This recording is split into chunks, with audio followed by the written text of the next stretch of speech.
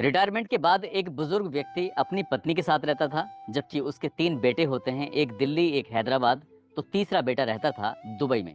सब कुछ जिंदगी में ठीक चल रहा था, पैसे की कोई कमी नहीं होती है, लेकिन बुजुर्ग आदमी को एक बीमारी लग जाती है। बीमारी का नाम होता है पार्किंसन, जिसकी वजह से ना वो सही से चल पाता था, ना ही सही से बैठ पाता था, इसलिए अक्सर उसे परेशानी रहती थी। और उसकी 65 साल की जो पत्नी थी, उस पत्नी को आदत लग जाती है सेक्स की, और सेक्स करने के लिए वो एक लड़के को अपने घर पे बुलाया करती थी। इसके लिए बाकायदा उसको पेमेंट किया करती थी। वक्त धीरे धीरे आगे बढ़ जाता है और एक दिन कुछ ऐसा होता है जिसकी किसी ने कल्पना नहीं की थी। दरअसल इस घर के अंदर एक नहीं बल्कि 2 कत्ल हो जाते हैं, और इस घटनाक्रम का जब खुलासा होता है तो लोगों को यकीन नहीं हो रहा था कि एक महिला को इतनी उम्र में, जिसकी उम्र 65 साल के आसपास और उसके बेटे से भी छोटे उम्र के लड़के से उसे प्यार हो जाता है, और उसके साथ वो अवैध संबंधों में व्यस्त रहती थी। आदाब, नमस्कार, सत श्री अकाल। मैं उस्मान सैफी। आज की जो सच्ची घटना मैं आपको सुनाने जा रहा हूँ, ये सच्ची घटना है बिहार प्रदेश के पटना शहर का एक थाना है पाटलिपुत्र, और यहीं का एक इलाका लगता है नेहरू नगर, रोड नंबर 2। दरअसल सुजाता निवास में एक महिला जिसकी उम्र 65 साल के आसपास होती है, जिसका नाम सुजाता देवी होता है, उसका पति जिसकी उम्र लगभग 75 साल के आसपास होती है और नाम होता है NK श्रीवास्तव। ये तुम पति और पत्नी यहाँ रहते हैं, लेकिन उनके 3 बेटे होते हैं। एक बेटा हैदराबाद में, तो दूसरा बेटा है इनका दुबई में, और तीसरा बेटा रहता है इनका दिल्ली के अंदर। जो दुबई वाला बेटा है वो अक्सर अपनी माँ और अपने पापा से फोन पे बातचीत किया करता था, उनके हालचाल लिया करता था। और ऐसे ही उसने 15 अक्टूबर 2024 को करीब दोपहर के 12:30 बजे के आसपास अपनी माँ को फोन किया। पहली बार फोन लगाया तो नहीं मिलता, दूसरी बार लगाया, तीसरी बार लगाया, इसलिए वो अपनी माँ से बात करने के लिए बार बार फोन लगा रहा था और परेशान हो जाता है। उसके बाद पिता से बातचीत करने की कोशिश करता है, तो पिता से भी संपर्क नहीं हो पाता। वो सोचने पड़ जाता है कि आखिरकार करे तो क्या करे। कुछ देर सोचता है, सोचने के बाद जहां उनका घर होता है सुजाता निवास, उसके ठीक सामने एक अपार्टमेंट होता है, गणेश जानकी अपार्टमेंट। वहां पर एक गार्ड रहता है, राम प्यारे यादव। राम प्यारे यादव को फोन बुलाता है, और फोन बुलाने के बाद कहता है कि क्या तुम मेरे घर जाकर मेरी माँ या पिताजी से बात करा सकते हो। जैसे गार्ड ने ये बात सुनी, उसने कहा भाई साहब बस थोड़ा सा टाइम दे दीजिए, मैं अभी तुरंत जाता हूँ और आपकी जाकर बात कराता हूँ। अब राम प्यारे यादव सीधा पहुंच जाता है सुजाता निवास में। वहां जाने के बाद देखता क्या है कि बाहर से कुंडा लगा हुआ है, यानी कि दरवाजा लगा हुआ है। उस दरवाजे को खोलता है, उसके अंदर प्रवेश करता है। प्रवेश करने के बाद जब देखता है तो जो घर है, घर के किचन के अंदर एक लाश पड़ी हुई है, साथ ही एक बेडरूम के अंदर लाश पड़ी हुई है। लड़का वो फोन पर बातचीत कर रहा था, तुरंत ही वीडियो कॉल शुरू हो जाती है। वो कहता है कि यहाँ पर तो इस तरह से लाश पड़ी हुई है, और वो जोर से चीखने लगता है। यानी कि जो गार्ड है उसकी चीख निकल जाती है। उसकी चीख सुनने के बाद जो नीचे किराएदार रहते हैं वो भी आ जाते हैं, आसपास के लोग भी आ जाते हैं। तुरंत ही पुलिस को भी सूचना दी जाती है। अब जब पुलिस को सूचना दी जाती है, पुलिस मौके पर आती है। जो यहाँ की पुलिस होती है पाटलिपुत्र थाने की, वो यहाँ आकर मामले की जांच पड़ताल में जुट जाती है। दंपति यानी कि जो रिटायर्ड अधिकारी है, जिसकी उम्र लगभग 75 साल के आसपास है, NK श्रीवास्तव, उनकी पत्नी सुजाता देवी, जिनकी उम्र 65 साल के आसपास है, दोनों की लाश पड़ी हुई है। जगह जगह ब्लड फैला हुआ है, खून। उन्हें जो मारा गया था, ऐसा लग रहा था किसी धारदार हथियार से एक बार नहीं बार बार वार किए गए थे। साथ ही जो महिला होती है उसको तो किसी भारी वस्तु से उसके चेहरे को पूरी तरह से बिगाड़ दिया गया था। पुलिस ने जब घर आकर देखा तो पुलिस खुद हैरान थी। दरअसल जब सेफ अलमारियां होती हैं उनको खोला जाता है, खोल के देखा जाता है, तो लगभग 15 लाख रुपए की जेवरात, कुछ नकदी भी होती है, घर में रखी होती है। घर की हालत बहुत अच्छी खासी, कोई दिक्कत नहीं, कोई परेशानी नहीं। अब पुलिस ये कत्ल हुआ है तो क्यों हुआ है और किसने किया है, तीनों बेटों को खबर दे दी जाती है। दरअसल ये जो दंपति था मूल निवासी सिवान जिला लगता है, सिवान जिले का थाना लगता है नौतन, और नौतन का ही एक गांव लगता है पचलखी।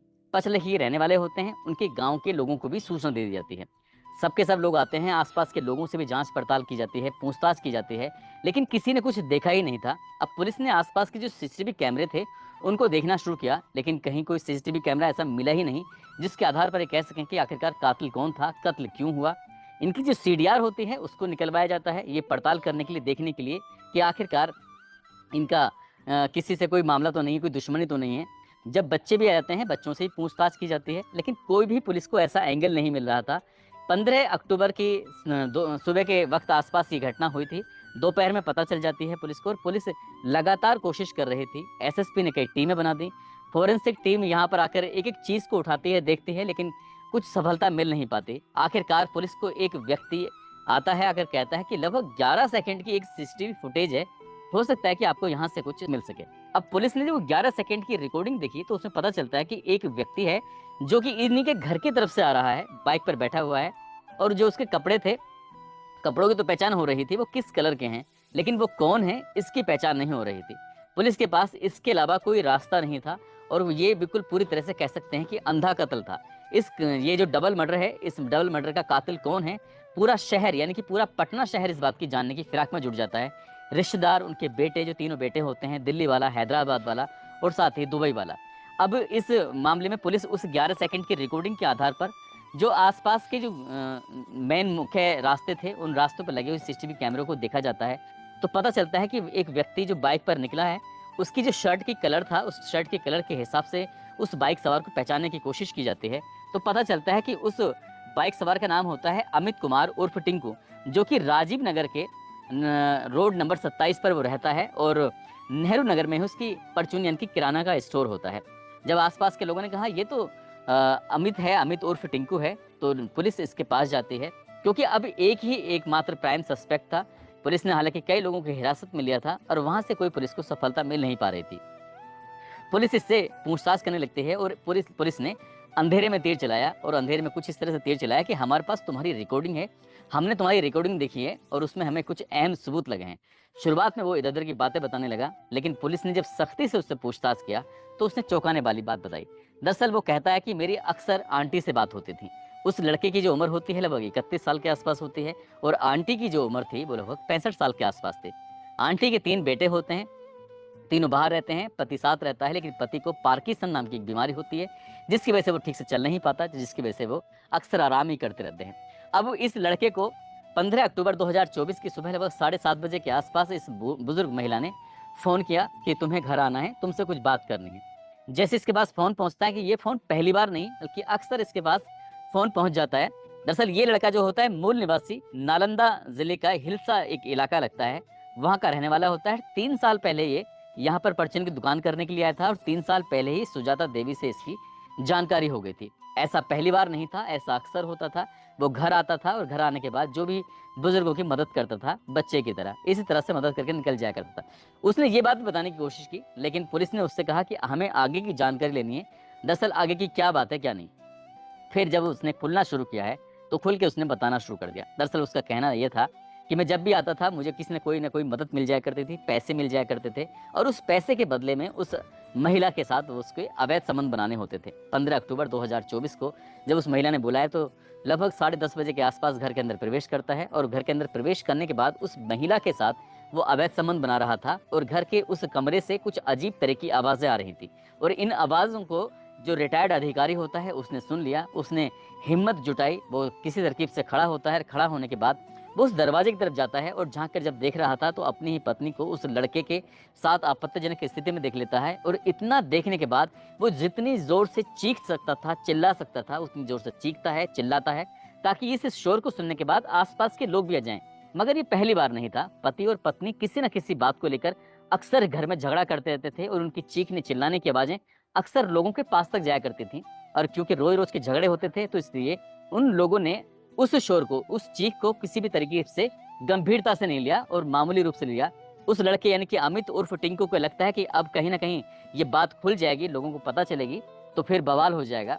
इसलिए वो बहुत तेजी के साथ उठता है। उठने के बाद उस बुजुर्ग आदमी के पास जाता है, उसको पकड़ता है, पकड़ने के बाद बेड पर पटक के मार देता है। जैसे बेड पर पटक के मारता है, वहीं पास में एक तकिया रखा हुआ था, उस तकिए से उस बुजुर्ग आदमी का उसने जो सांसें थी उसको उसकी आवाज़ों को, उसकी चीख को रोकने की कोशिश की, ताकि ये चीखे ना।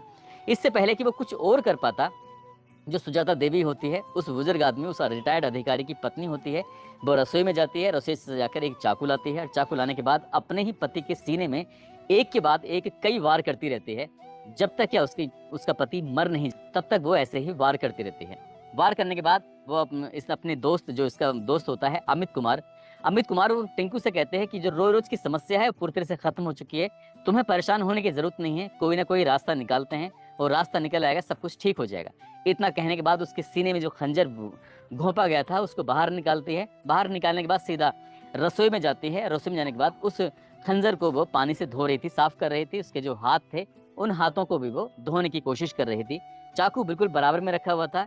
इसी बीच में अमित देख रहा है, उस औरत की हरकतों को देख रहा है, किस तरह से वो काम कर रही है, उसे लग ही नहीं रहा है, कोई डर हो, कोई खौफ हो, तो वो डरने लगता है। उसे लगता है कि ये बात अगर बाहर वालों को पता चलेगी, तो वो दिन दूर नहीं जब वो जेल चला जाएगा। इसलिए इस बूढ़ी औरत को भी मारना बेहद ज़रूरी है। जैसे उसने बूढ़ी औरत का मुँह दबाया, यानी कि वो चीख ना सके, चिल्ला ना सके, तभी उस बूढ़ी औरत ने उसके हाथों में इतनी तेज़ी के साथ काटा कि उसकी भी चीख निकल आती है। अब इस लड़के को बहुत ज़्यादा गुस्सा आ जाता है। उस लड़के ने चाकू उठाया, उस महिला का गला रेत दिया। गला रेतते हुए भी उस महिला ने उसके फिर से काटा, उसके हाथों में खून निकल आते हैं और जब वो लगातार उस पर चाकू से वार कर रहा था, तो इसी बीच में 1-2 चाकू खुद के भी लग जाते हैं और वो महिला ज़मीन पे गिर जाती है। वहीं एक भारी वस्तु पड़ी हुई थी, साथ ही कुछ ऐसे मसालों को कूटने वाला एक जिसे मूसल टाइप कुछ बोलते हैं, वो भी पड़ा हुआ था। उस महिला को उससे इतना मारा गया, जब तक कि उस महिला के प्राण नहीं निकल जाते, तब तक वो उसको मारता ही रहता है। इसके बाद वो महिला की लाश वहाँ रसोई में पड़ी हुई थी और जो बुजुर्ग आदमी था, उसकी लाश पड़ी हुई थी बेडरूम के अंदर। वो सीधा उस महिला के पास फिर से जाता है। उसने हाथों में चूड़ियाँ पहनी हुई थी, उसने सोने की चूड़ियाँ, उसके पास जितनी भी ज्वेलरी उसने खुद ने पहनी हुई थी, उस ज्वेलरी को तो उतार देता है, लेकिन वो आस-पास के कमरों में जाता है, तलाश करने की कोशिश करता है, तो वहाँ पर चांदी के बर्तन, साथ ही उनके पास एंड्रॉयड मोबाइल थे, वो महँगे मोबाइल थे, उनको भी लेता है। उनको लेने के बाद आराम से यहाँ से निकल जाता है। उसे लगता है कि शायद कभी पकड़ा नहीं जाएगा। इसके बाद सीधा पहुँच जाता है अपनी दुकान पर, दुकान को खोलता है और शाम को यहाँ से जैसे रोज़ की तरह दुकान बंद करता है, एक सुनार के पास जाता है। सुनार के पास जो भी उसने ज्वेलरी वहाँ से उस महिला से ली थी, उस ज्वेलरी को वो सुनार को देता है, उससे कहता है कि मुझे कुछ पैसों की ज़रूरत है, यानी कि 1 लाख रुपए में उस ज्वेलरी को वो गिरवी रख देता है और मोबाइल को छुपा देता है। साथ ही वो अपने काम में बिज़ी हो जाता है। पुलिस को जैसे ही सूचना मिलती है, पुलिस लगातार इस मामले की जाँच-पड़ताल कर रही थी और जितने भी आस-पास के लोग थे, उनसे पूछताछ कर रही थी। इस दुकानदार से भी पूछताछ की जाती है। पुलिस को शक ही नहीं था, आस-पास के लोगों को बिल्कुल भी शक नहीं था कि इसके साथ कुछ ऐसा होगा, क्योंकि इससे बातचीत करता था। वो लगातार 3 साल से चली आ रही थी। पुलिस ने जो सीडीआर निकलवाई, तो इसमें कुछ असामान्य कुछ नहीं लग रहा था, सब कुछ सामान्य लग रहा था। लेकिन पुलिस ने जब अंधेरे में तीर चलाया, तो पता चलता है कि अवैध संबंधों के चलते इस बुजुर्ग महिला की हत्या हो जाती है, इसके पति की हत्या हो जाती है। पति की वो खुद हत्या करती है, जबकि उसकी हत्या उसका प्रेमी कर देता है। और इस घटनाक्रम का जब खुलासा होता है, तो लोगों को यकीन नहीं हो रहा था कि 65 साल की वो बुजुर्ग महिला, उसे अपने से बहुत छोटे यानी कि साल के उस लड़के से प्यार हो जाता है। उसके साथ वो अवैध संबंध बनाया करती थी। उन लड़कों को जब इस बात की जानकारी होती है, उस इलाके में जब ये जानकारी होती है, शहर में जब लोगों को पता चलता है, तो लोगों को ये नहीं यकीन हो रहा था कि एक बूढ़ी महिला आखिरकार ऐसा कदम कैसे उठा सकती है। बस जबकि वो उस लड़के को पैसे देती थी और पैसे देने के बाद अपनी इच्छाओं की पूर्ति किया करती थी। दोस्तों, इस पूरे घटनाक्रम को सुनाने का उद्देश्य किसी को परेशान करना नहीं है, किसी का दिल दुखाना नहीं है, बल्कि आपको जागरूक करना है, आपको सचेत करना है, आपको बताना है, जताना है कि कम से कम कोई भी आदमी अपने बुजुर्गों को खासकर इस तरह से बिल्कुल भी ना छोड़े और उनसे बीच-बीच में ये हेल्प लेता ही रहे कि आखिरकार ये जैसे दुबई वाले लड़के ने ये किया था, ये वाक़ई सराहनीय कदम है कि वो अपने माता-पिता से दोनों से बातचीत करता था। यदि वो कई-कई दिनों में बातचीत करता, तो शायद इस घटनाक्रम का खुलासा होने में दिक्कत हो जाती और वो रिकॉर्डिंग जो थी 11 सेकंड की, अगर वो निकल जाती, तो शायद ये घटनाक्रम कभी खुलता ही नहीं। दोस्तों, जाते-जाते हरिद्वार के रहने वाले हैं, सौर्य